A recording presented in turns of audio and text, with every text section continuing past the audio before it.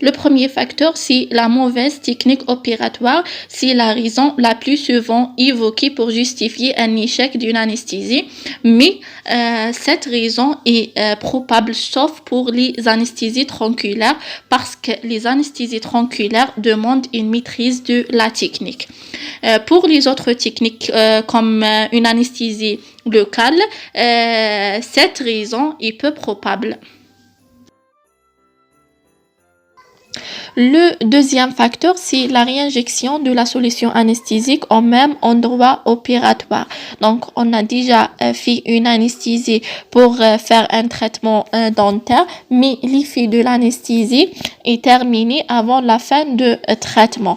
Donc, il est nécessaire de réinjecter de la solution anesthésique pour terminer le traitement. Comme vous savez, le site opératoire présente une baisse de pH parce qu'il existe une réaction inflammatoire.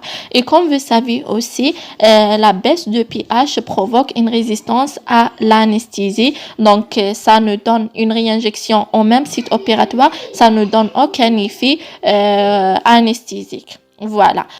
Donc, lorsqu'une seconde injection s'impose, il est préférable de faire cette injection à distance de la première et parfois l'injection loco-régionale s'impose.